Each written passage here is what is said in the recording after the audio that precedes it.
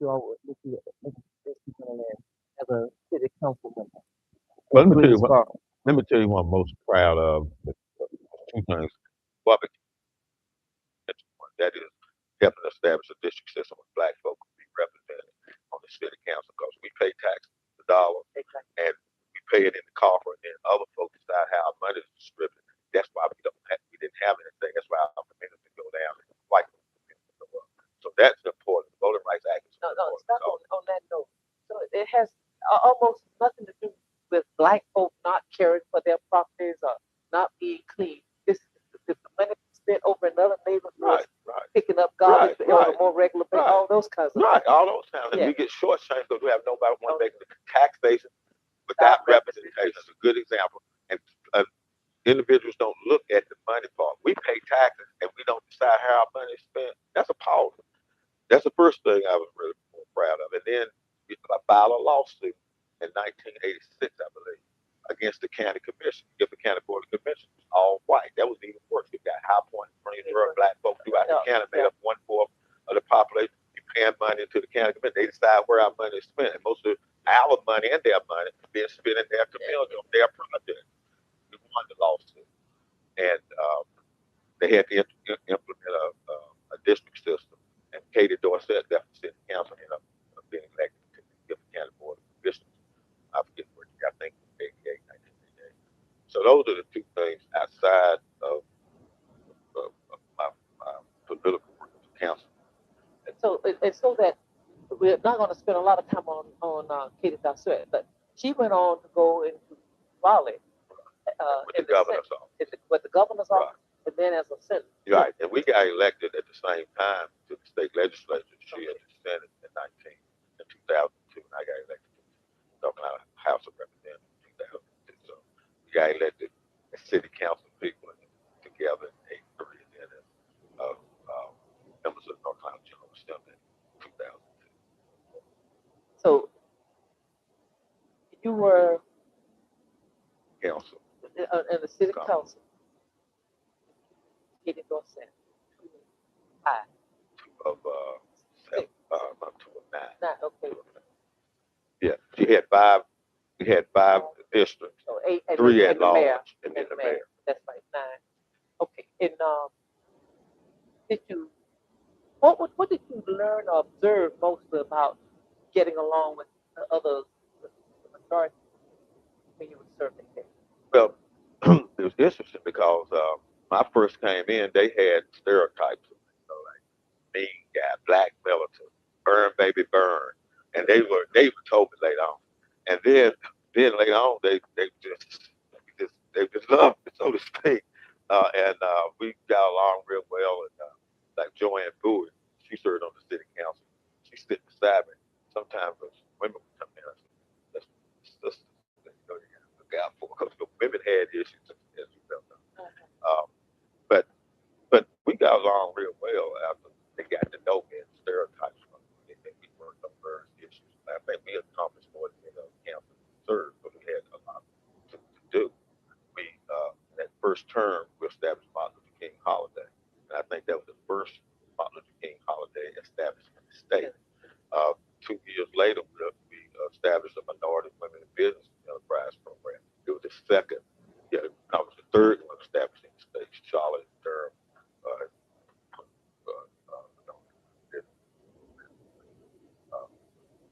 early. And that meant a lot. And I tell you why. Symbolism in America mean a lot. That's why people get upset when you defame the American flag, which they should. And people don't understand the impact psychologically and emotionally of symbolism. The Martin Luther King holiday, it doesn't put bread and butter on anybody's table. It doesn't give anyone a job, but it's a powerful symbolism to inspire and help young folks, especially to move forward in a bold way to be successful. Um, so it was important to establish that Martin Luther King holiday. And secondly, in America, it's free enterprise, capitalism. This is about money. A person should not be elected to office if they cannot um, translate uh, black political power to economic power. Green dollars in black hands. You shouldn't be up there. we pay taxes and we have business folks. If we have a fair chance to get contracts from government that we pay into, just a fair and equal chance. Well, black businesses can grow and develop. They can hire people. Our people can come out of college and don't have to beg and other folks for a job. All those things are important, uh, especially politics and economics. And that's why people like Maynard Jackson, who became mayor and began in Atlanta and began and made sure blacks received equal opportunity to get contracts, and black businesses down there flourished, and black people had jobs. Marion Barry in Washington D.C. was the mayor. He created more black billionaires. He was mayor than any mayor in the country, any elected official. Right. So, um, so political power should translate into economic power, especially if you've been shut out of both. Exactly. On that note, 'cause I live in the district that you represent.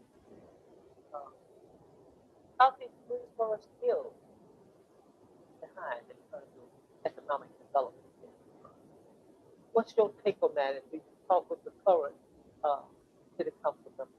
Yeah, well, Jim Key and I are pretty close. Matter of fact, I worked with him when I was on the council. Now, you have to understand, it's just like the civil rights and race in America. Things have improved, but things can be better. Yeah. Southeast Greensboro a whole lot more improved now than when I was on city council, but there's always more improvement. For instance, they had the landfill at the city council. We shut down the landfill. That was a horrendous type of environmental issue and problem in Southeast. That was the number one issue. We solved that issue. Um, and little things like street lights, sidewalks, there were proliferation of new street lights and sidewalks that didn't exist at the time before I came to the council. We built a new park, Barber Park, that didn't exist at the time. One of the nicest parks in the city of Greensboro, Southeast Greensboro. We established 3 or 4 new libraries in Southeast Greensboro. So there's quite a bit to be done. Matter of fact, we torn down some public housing and built nice, affordable housing for people who have marginal income. We established a housing program. The city was not involved in providing affordable housing for moderate to low income people. We established that program, and because of that, 400 or 500 families now live in homes and own homes in Southeast people that they wouldn't have owned. So I could go on and on and on, but there's always more to do. For instance, uh, we need a major shopping center in Southeast Greensboro. Now we have a major grocery store in East Market Street, Family Dollar and all that. But on the other side of East Greensboro, Phillips Avenue area, they're trying to get some shopping centers development over in that area. And really, that's the only issue they really talk about quite a bit. Yeah, getting more businesses into Southeast Greensboro. That's where the issue is right now, bringing in businesses in Southeast Greensboro. And so that's where the major effort, one of the major efforts. But for the most part, and see, you can't wipe away 100 years of being deprived of your tax dollars to uplift your community in 20. It takes time and it's an ongoing effort. Now, Earl, I know what you feel that you accomplished there. Was there ever anything that you wanted to accomplish that you didn't get I accomplished accomplished while on city council. I accomplished everything that I wanted to accomplish except for one thing, and still eats in my career. And I've started on it, but it really never passed or didn't pass in the manner that I wanted it to. And that is the police citizen review board, was the Pina Power. And if that had occurred when I was on the city council and advocated for that in 99, 2001, some of the problems would not have occurred where you have a lawsuit filed by 30 or 40 African American police officers. You had the resignation of a police chief. All of those things are domino effect.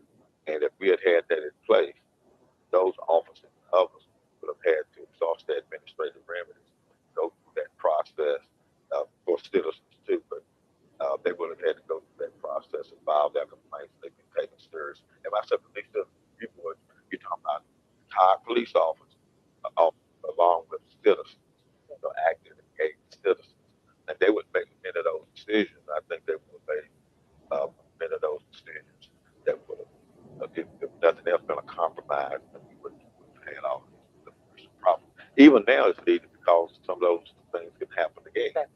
So that was the only policy that changed or addition to city of Greensboro ordinances that I would wish I had been able to accomplish establishing police district. But did you think that there are members sitting now who can at least talk with and suggest that it still needs? But yeah, I've talked to them about it.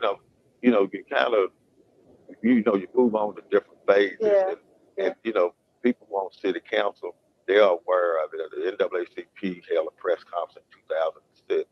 Gladys Shipman was the president, and they asked for that. Of course, that city council at the time didn't have enough votes to pass it. I don't think they have a majority of the votes to pass it now.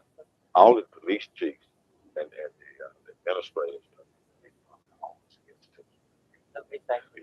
Naturally, people don't want to be accountable when somebody watching them distribute. So, and everybody wants to be pro law enforcement. But one way you help law enforcement is make sure they're accountable. But and it's not about law enforcement being accountable to each other. It's about being accountable to the citizens and the trust the citizens have, and the citizens feel like they can go to someone that's an independent arbiter of a complaint.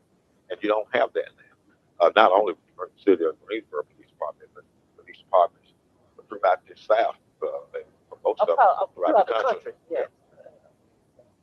Okay, so then you served there in the Greensboro City Council up until what was the year that you leave there? 2002? 2001, and then I ran for state house in 2002. Okay.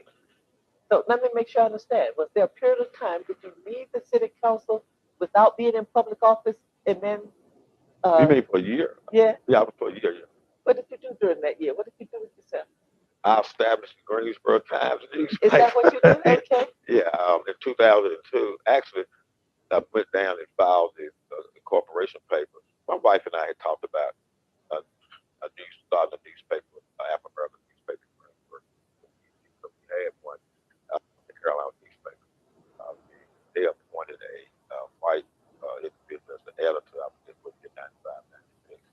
And the local Greensboro News and Record had always been attacked unjustifiably black leadership, whether it was Herman Hess, whether it was Dr. Simmons. They always attacked uh, black leadership and and stereotyped that this always bad for character assassination of black leadership. And the Peacemaker was somewhat of a counter to that. And then they appointed a white editor, and he became, I said, quote, twin southeast version of the Greensboro News and Record. Of course, some of us call the Greensboro News and Record the Greensboro News and Record. So we established the people were coming to me and saying, "What's wrong with the Peacemaker?" They they're attacking in a subtle way the leadership as much as the News and Record, and they in cahoots with each other, which they found a word. So we established the Greensboro Times in 2002, Monday publication, African American publication, and I must say has been very successful. And I've noticed some of the other newspapers take off on certain issues, and our newspaper is about black pride, black is beautiful. We have the youth that are young, gifted, and black, so we promote, uh, try to provide information to within the black community that's helpful, whether it's about health, whether it's about issues regarding to voter ID, why that's bad for people's right to vote, on and on. And we portray black people in the true light of which we are. That is beautiful people, hardworking people, people who built this country from the foundation up, people who made this country great because of our 250 years of free labor, people who, because of our spirituality, actually are the voice and the moral compass for the entire world. Where you talk about Marcus Garvey or Martin Luther King with a moral compass for the world. And so we portray and we try to bring some truth, and let people know how uh, uh, racism has manipulated history and manipulated folk to black people in a way to make them feel bad about themselves. They have no real true history. We let people know that Jesus Christ and every character in the Bible, from Jesus' mother Mary, Moses, the 12 disciples, every person that you read about Samson, every person you read about in the Bible was black and African. Yeah, and that's the truth. That's that's undisputed fact and truth. And you're not going to get that anywhere. I remember the first time we Black History Month, I think it was in 2004, had a picture of Jesus and his disciples. They were back in Spain, and we were from the Bible.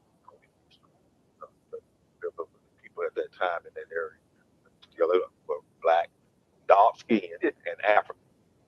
And it was reckless. It was reckless. They had some article about Jesus comes in all God. So they had to pay. That was like 2 weeks later. But I'm, but the posture of the paper is one of really portraying blacks in a manner that is educating African Americans and educating the larger community. They want to be educated as to who we are, the people, what our priorities, dreams, and aspirations are. That basically no different than other people, but we've had a harder time than other people also because of racism, and then why must end racism. And this is a monthly paper. Yeah. You want to talk about what kind of, you say it's highly successful. The definition of the paper. The first thing, well, first of all, you can't have a successful newspaper if you don't have revenue coming in, and revenue driven by ads, advertising. You get it from government and private corporations, Wells Fargo to the city of Greensboro to the housing authority. You can Southeast Furniture. We have a diverse Outback restaurant. We have a diversity of advertising because the paper is very popular. It's very informative. It has a lot of pride and dignity that goes into it. But the main thing is that it really educates folks. It educates. Uh, I estimated at 30,000. We print 8,500, and uh, and we distribute both in High Point. We don't live in black publications, but distribute in High Point. Yes, and we have advertisers over here at High Point University. Advertise frequently. Matter of fact, they signed a contract for ads beginning July 1st to June 30th. Um, and Gift for Technical Community College. Matter of fact, they have a full print ad February edition the last month, celebrating Black History Month. But and unlike other papers, I mail my paper out to certain key people. Most of my advertisers, I mail the paper out. See, so they mail one person that's head of a part of a corporation, an advertising department, make decisions. She said, "Earl, I love that. There's some things I get that I don't get in the press. Things I've learned about what's going on, not just for black people, because that's where the focus is, but you learn about the voter ID issue. You learn about the sterilization issue, where women were sterilized, mostly black women. Legislature passed legislation for compensation. You learn about a lot of different issues they hear about, but they don't know the details and don't have the explanation. And people, regardless of color or hue, I mean, strive for knowledge. Knowledge is universal and it's colorblind. And knowledge can wake people up. It can make them more aware of their surroundings and make them appreciate other people, make them appreciate their situation. How many? We have, I would say, most of them are part time. We have, I see five photographers, um, Howard Gateman, and Owen Harrison was our main photographer. Both of them are photographers. He died. He passed. But that was a tribute to him. They get, we have two Howard Davis and the Marshall.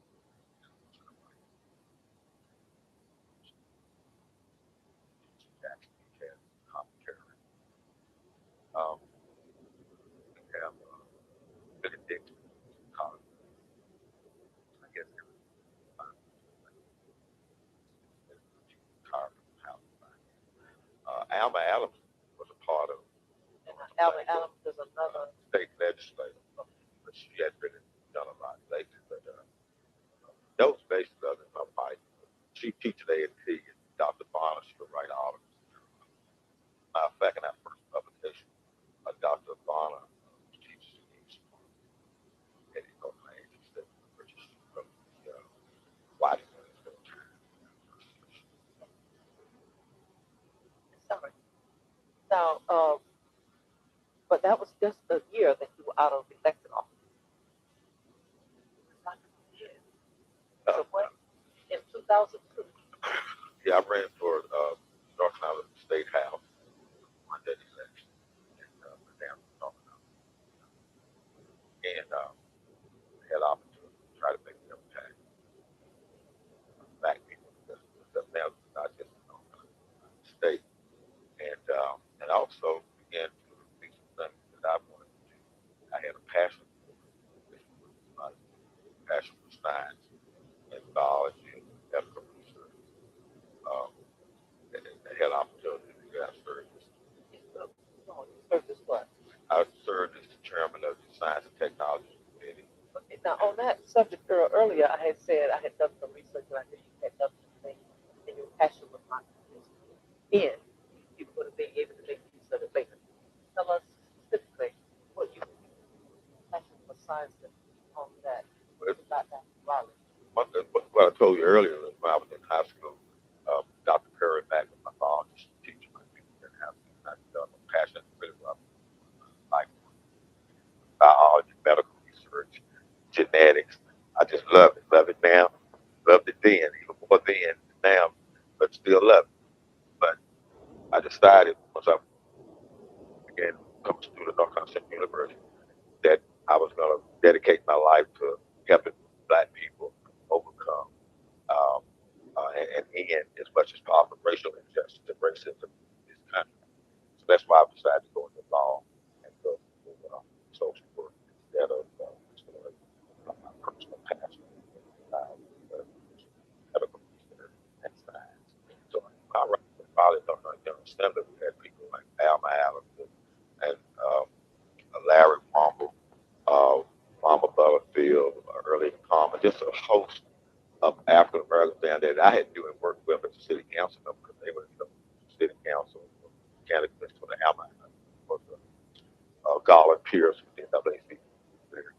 Um, so I worked with many of these people, but it gave me opportunity then to be in a more support role and pursue my passion. In Because there were issues that were right, there were issues in North Carolina when it relates to health, medical research, new medical developments, breakthroughs that the state was not involved in at the government level. That's the only things that happen. So, for instance, I've sponsored the embryonic stem cell bill. The members of the General Assembly, both sides of the aisle, were unaware of the detailed and intricate elements of that issue. So I had to educate the General Assembly. It had no chance to pass it, and it passed with bipartisan support. And then Obama was elected that next year, and I paddled the bill after some of the national legislation that would have been proposed. Anyway, he was elected almost to duplicate legislation that passed out of the House that I presented became an executive order of Obama, and now medical researchers and medical facilities can use embryonic stem cells for research to many health issues and many health. now, that's a broad and profound subject.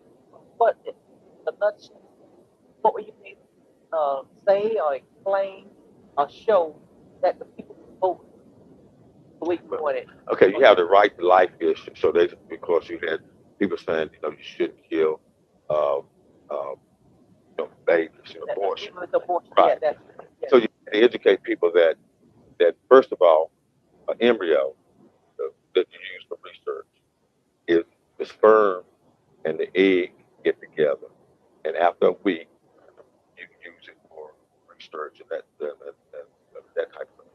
And it's a microscopic. You're talking something you can't see with the naked eye. You have to use the microscope. That was a convincing issue, a part of this. But the main uh, element that educated folks and convinced them was the fact that you have in vitro fertilization, where you have people who can't have children, and um, so you have all of these embryos in the hospital, and once the woman gets pregnant, you have leftover uh, uh, embryos from in vitro fertilization.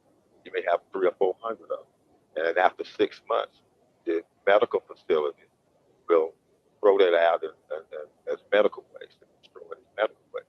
So once many of the members of the General Assembly realized, some of the Republicans, when they realized, hey, they all these embryos are going away. They're destroying them anyway. So common sense kicked in.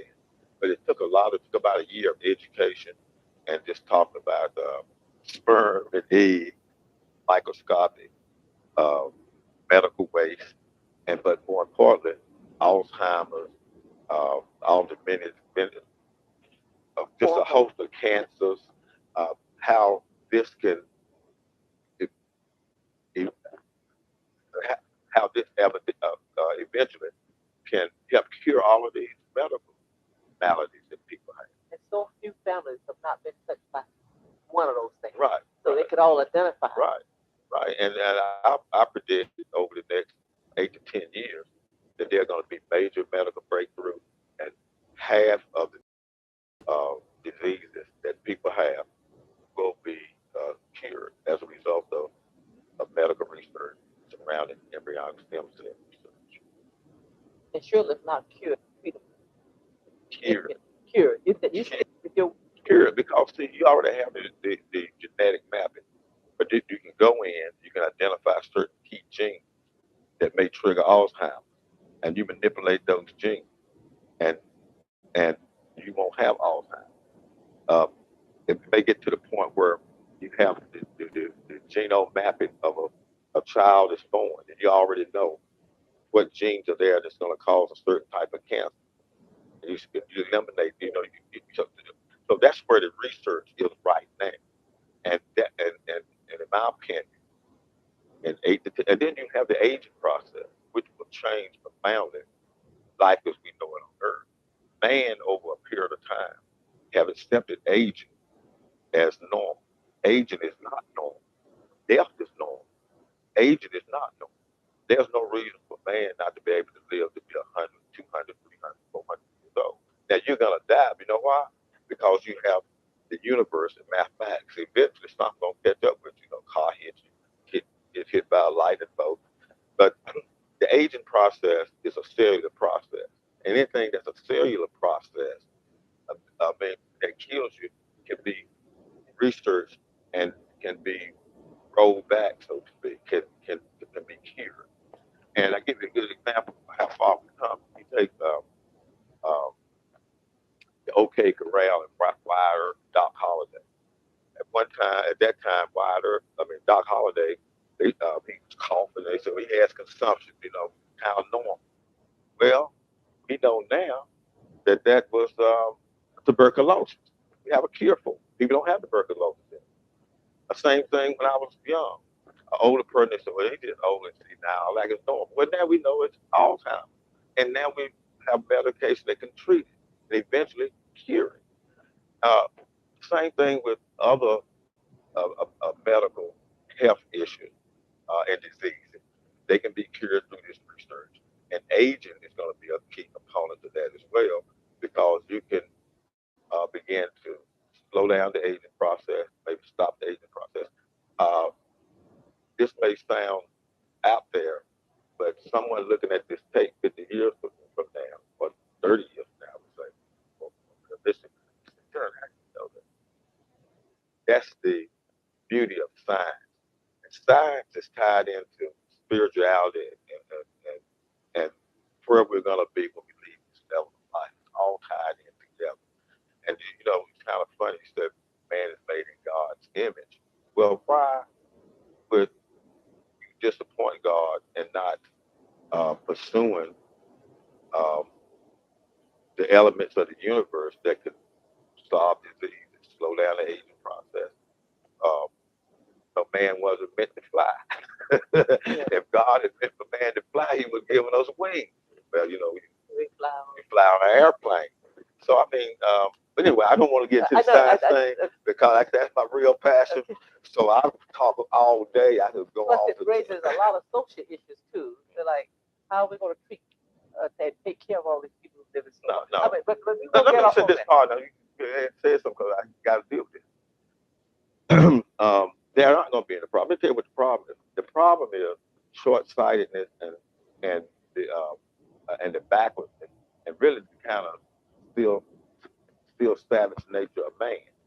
Now, And there's you not said going to those be. things won't continue. Let me tell you why. Tell you what. You got to take it to another level. See, if mankind, humankind here on Earth, were to put half, I wouldn't say half, 1/3 of the revenue and time and effort into medical research and into um, space research, uh, uh, technology to travel to different planets that are habitable.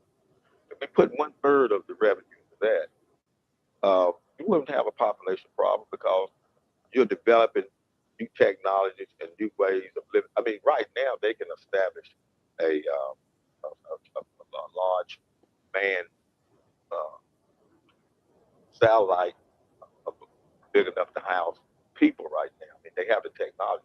But my point is, if mankind began to focus on medical research and technology and space and conquering space, and we have the technology to do that now, at least compared to 20 years ago. Um, and that's the answer to the quality of life of man, the humanity of man, and being able to live in a way that God intended us. He intended us to have a heaven. No, I understand. We won't bog down in this. I want. But the operative word is if. I agree with all of that. But do you see the problems that black folk are having? Let's go back to Right, right, that if people were kind and nice and white, black folk wouldn't have the problems they have, and right. they have. That's what concerns me. But now, Earl, there's another reason you have some knowledge about uh, the embryonic parts of things with you and your wife on a personal level. Is Oh that right? yeah, yeah. But we don't have any children. I Right. always wanted 3 children. I think she, but I always wanted 3 children. And my guy in law school, she got pregnant, and she had a miscarriage. And so she about 6 months after that, she got pregnant again with a tumor pregnancy. She almost died. So we said, well, maybe we'll adopt or something like that. You know, can't have children. And that's when in 1980, I believe, they had the test tube baby, the first test tube baby born over in England. And about a year and a half after that, they set up a hospital in North Virginia to have uh, uh, to do test tube baby, so to speak, in vitro fertilization, and to have it in America. And we were either the second or third couple told in the country to go through that process. Of course, it didn't work. It was early in the technology and science. And it didn't work, but it was an interesting experience. Okay. So you have a personal reason to be reading up on a lot of this.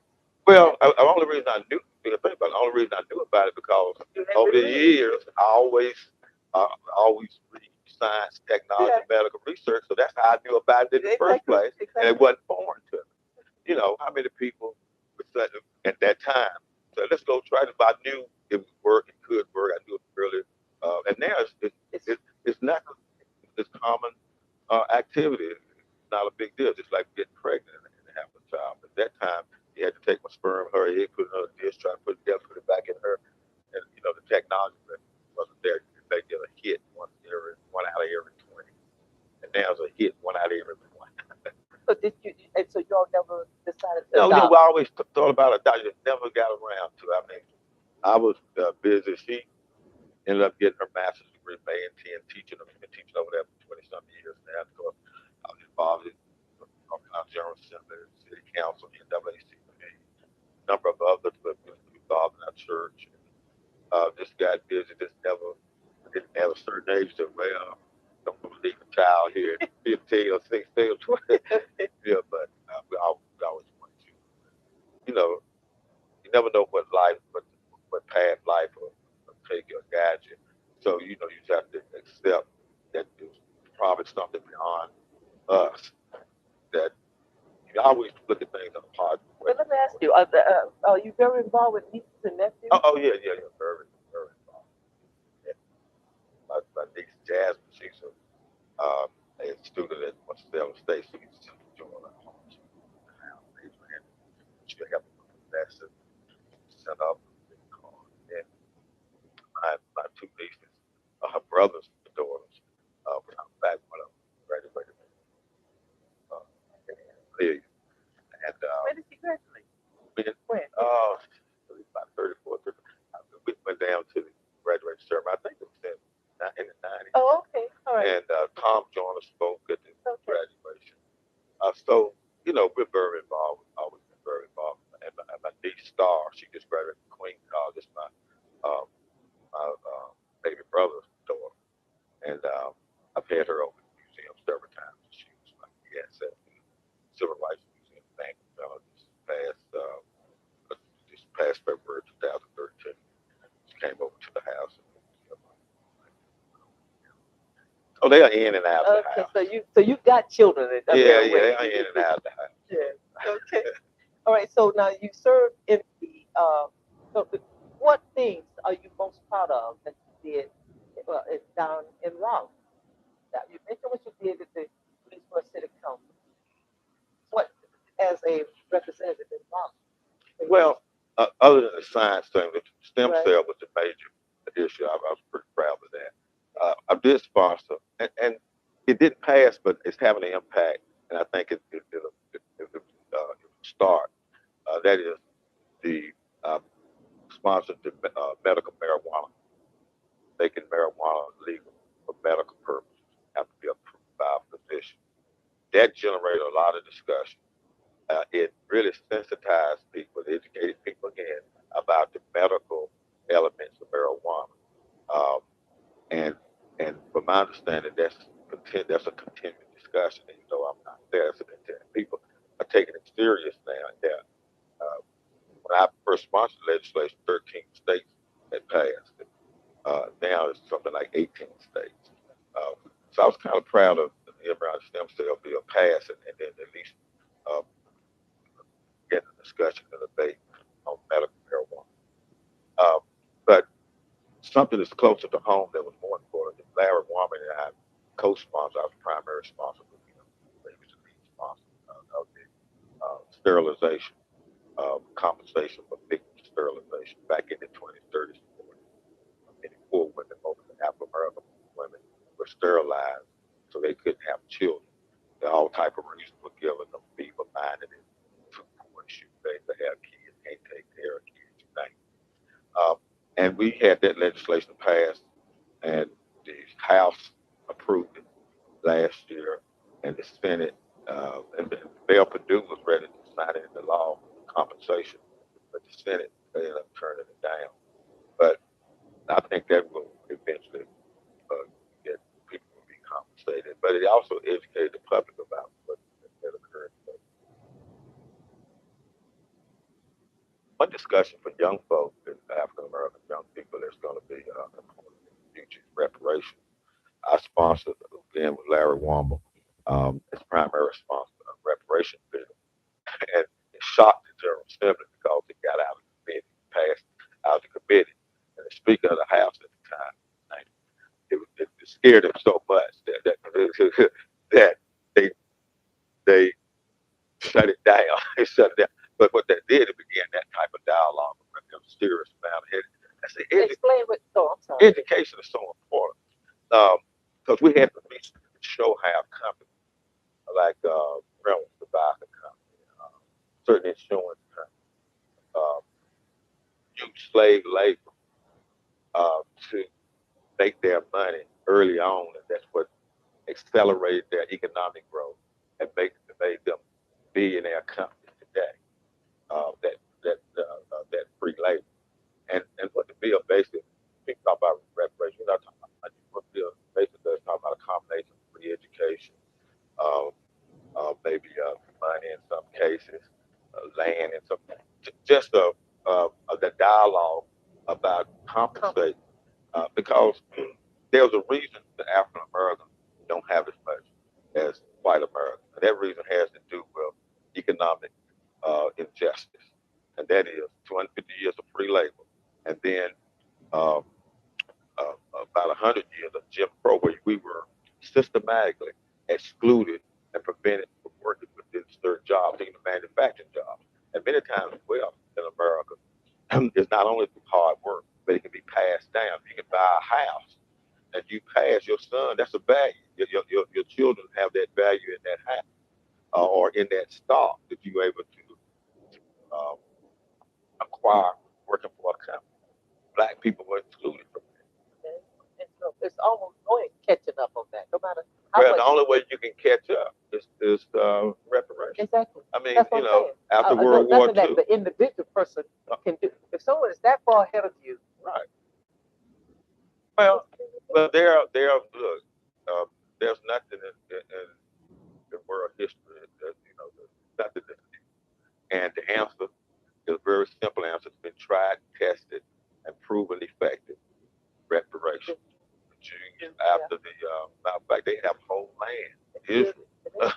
Right, reparations after World War II, the Holocaust, they deserve reparations.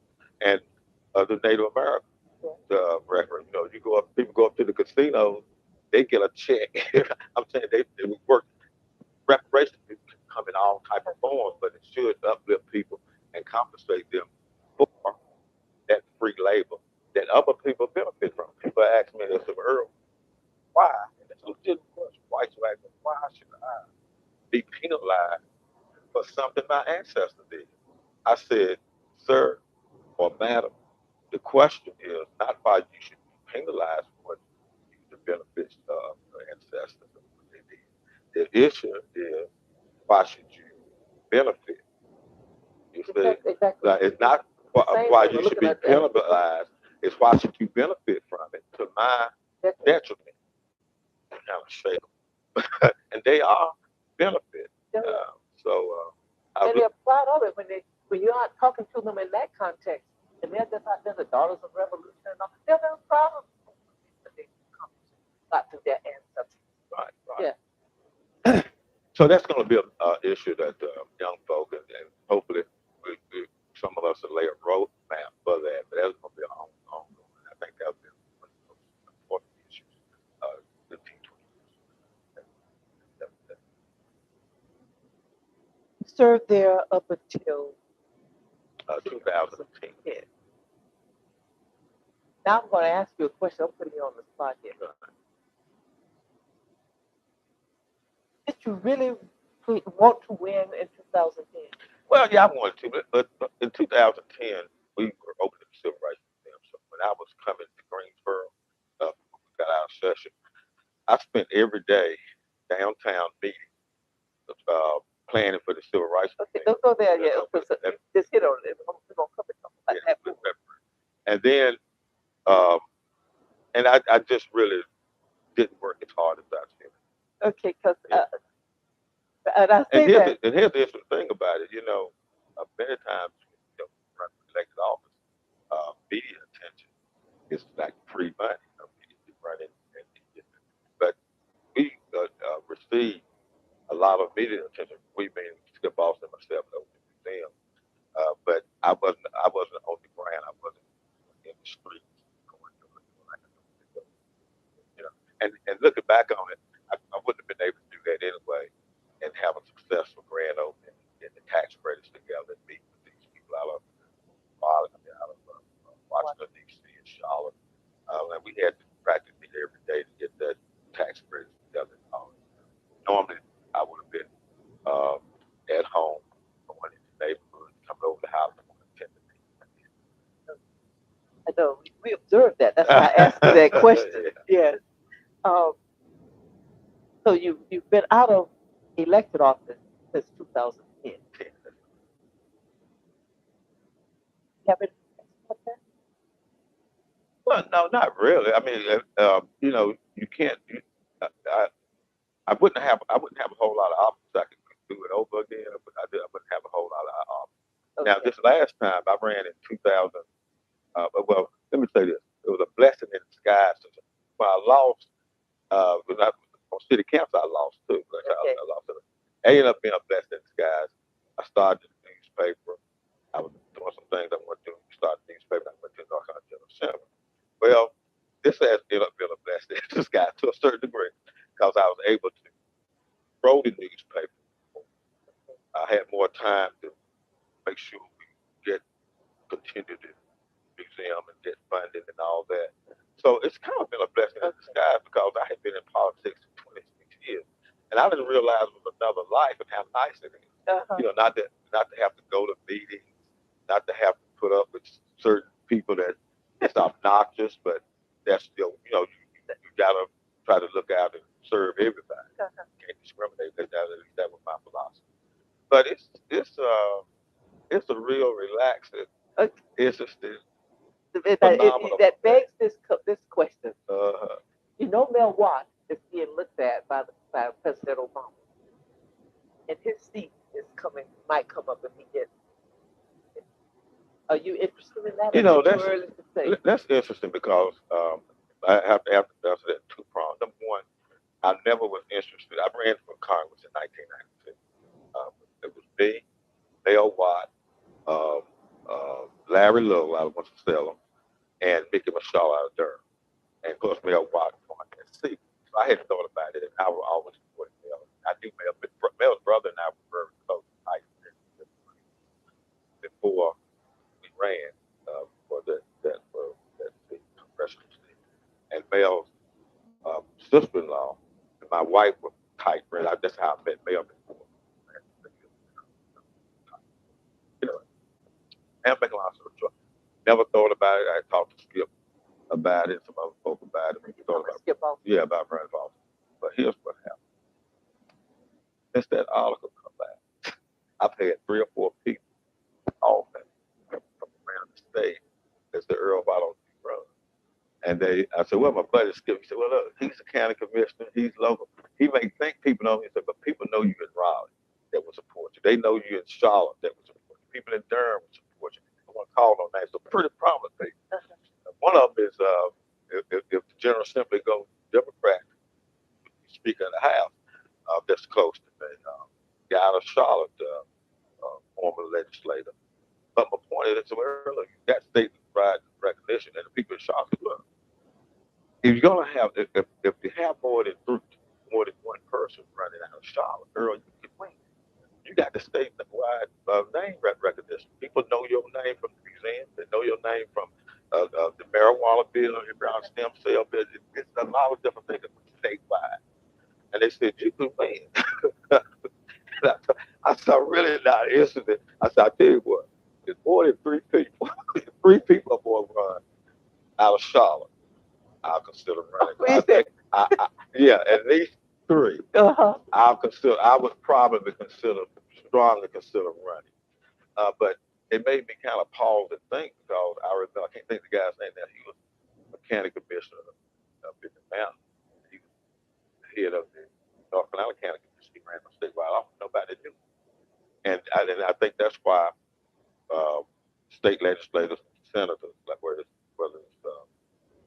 Kay Hagan, certain state senate, uh, uh, people at the state level run because they've been successful in some legislation, and that legislation goes statewide and gets statewide attention. I think that's why they usually end up getting on statewide because it's less work to do. Even though it's not statewide, it covers the triad Exactly. from Durham to Charlotte, Yeah. and that's people know me even more in this area, Charlotte and in Durham, because of my service in the General Assembly, the type of relationships I developed, not only with that legislature, but with different PACs, different black organizations, including state NAACP. I mean, I've worked on issues, reparations, specifically sterilization, the minimum wage. That I co-sponsored with Alma when the year passed. She was trying to get past 10 years. And what I did, I would work behind the scenes to advocate for talk to me, and it passed. So people know me from those various issues, and I hadn't really thought about it. But answer your question, I would consider it if at least 3 people in Charlotte.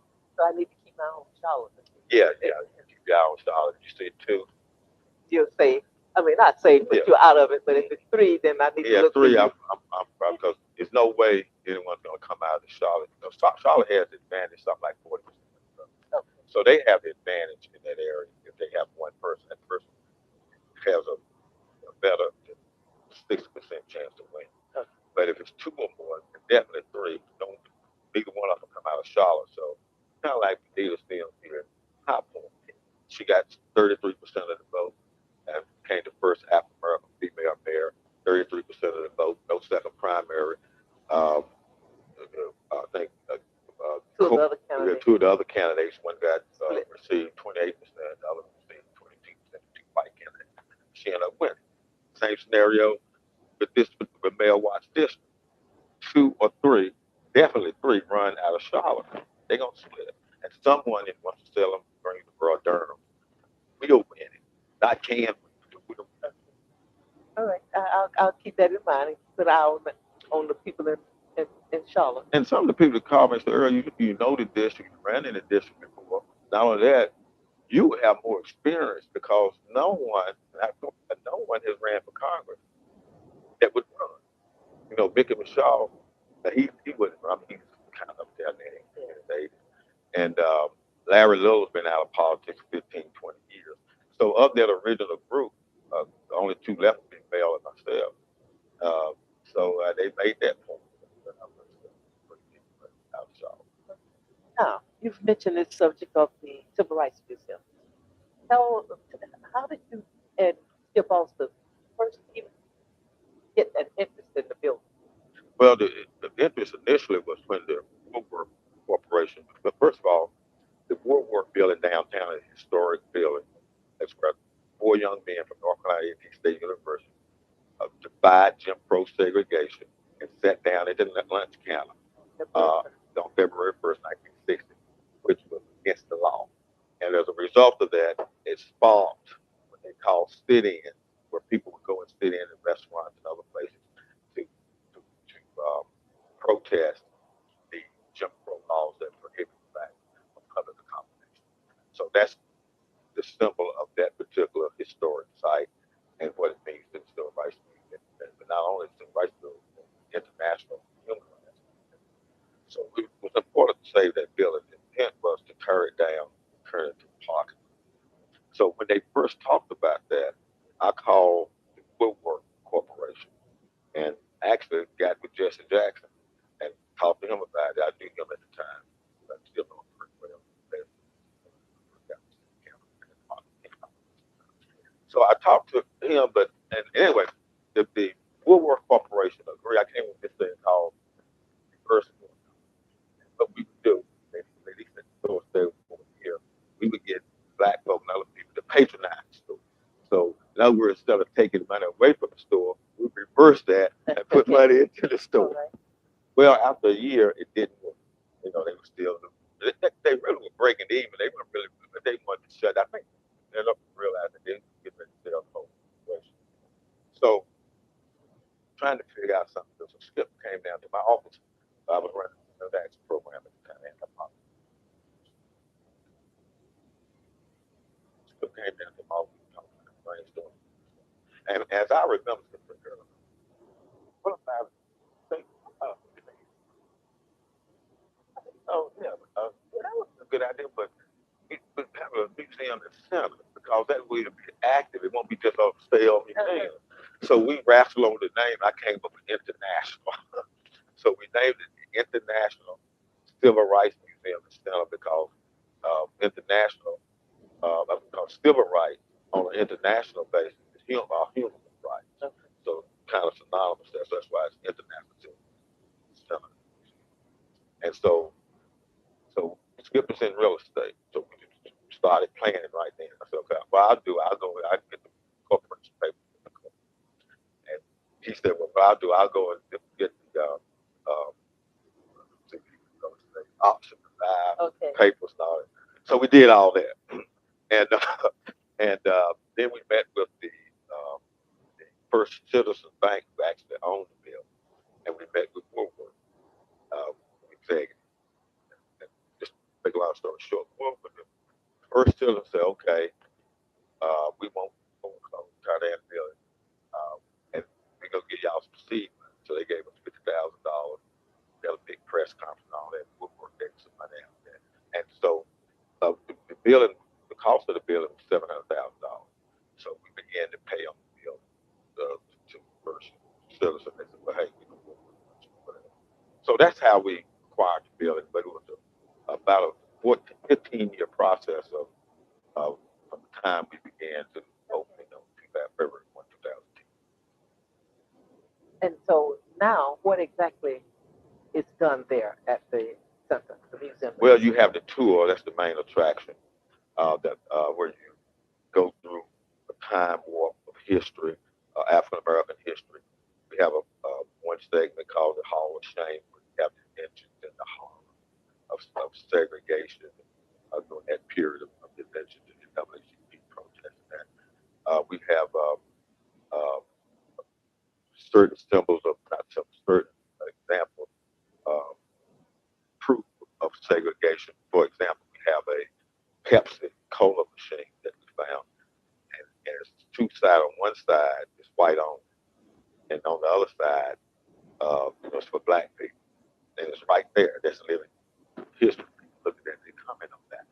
Um, but you kind of the tour takes about 45 minutes. You just walk through history, civil rights, black history, and toward the end, there's some elements of civil disobedience internationally, where people were using the sit-ins as a form of civil disobedience to overcome, say, in South Africa. All came down in um, Germany. Many people don't know that Joseph Lauer and some folk went over to Germany and taught those people civil disobedience. And here, the ball came down. When Reagan stood up and spoke and said, "Mr. Gorbachev, tear down this wall." Well, it was the civil rights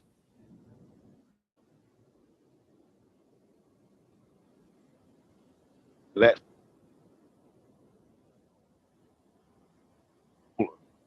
had his movement, and I'm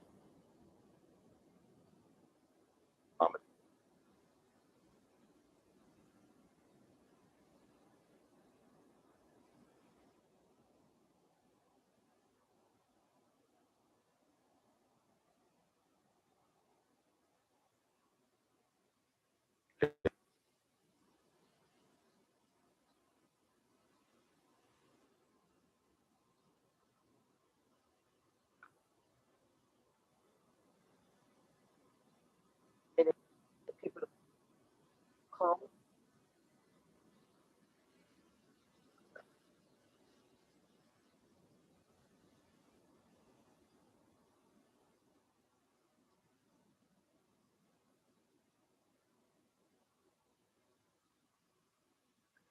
from around the international people. well, I don't have the detailed numbers. We average between say 60% are from North Carolina. One third of them was right area.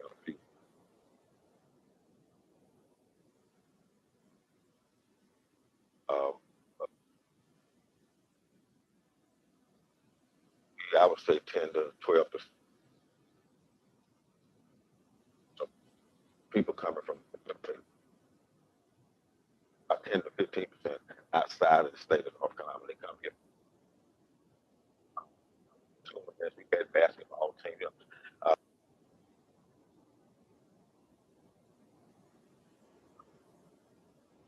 of, uh, of activities. For instance, we just hosted the Black Theater Festival kickoff for the museum,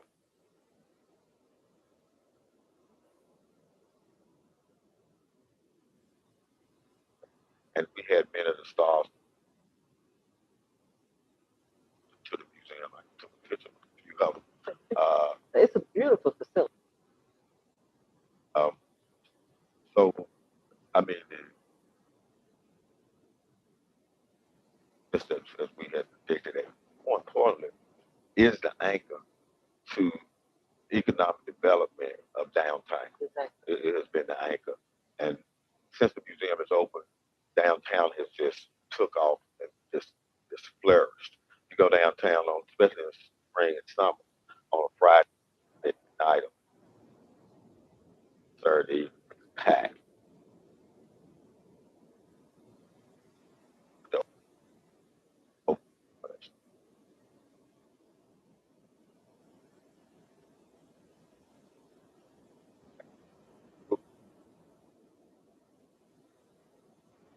These people that come downtown, we've had churches from all over the state that bring busloads of people in. And what they do on a Sunday at the restaurants through the week, they go down to the different restaurants. And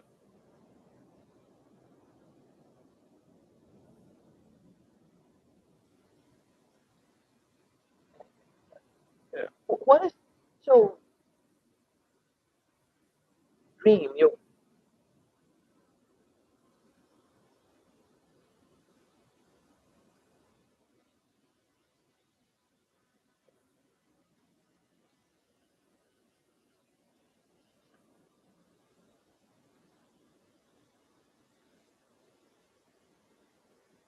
they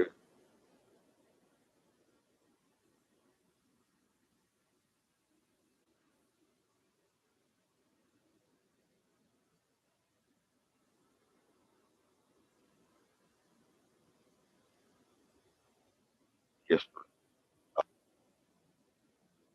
of get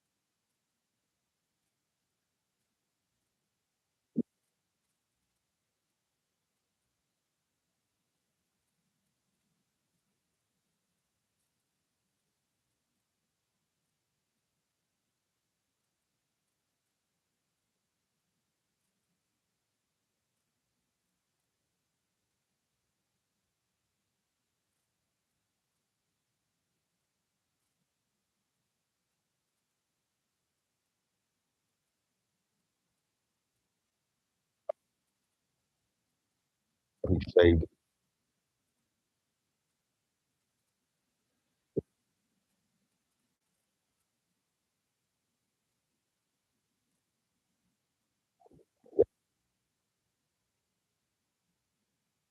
understand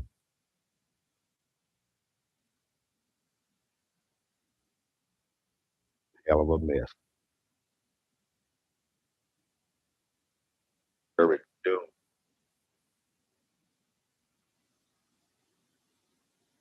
And,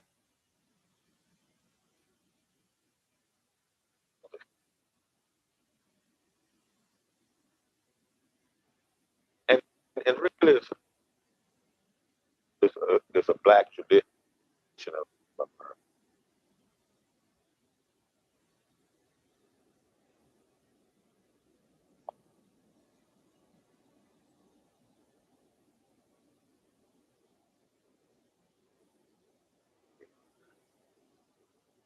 is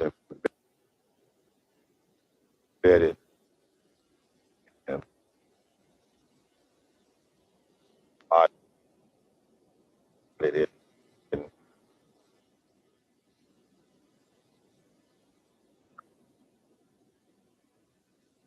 America, Island, the struggle, the tradition and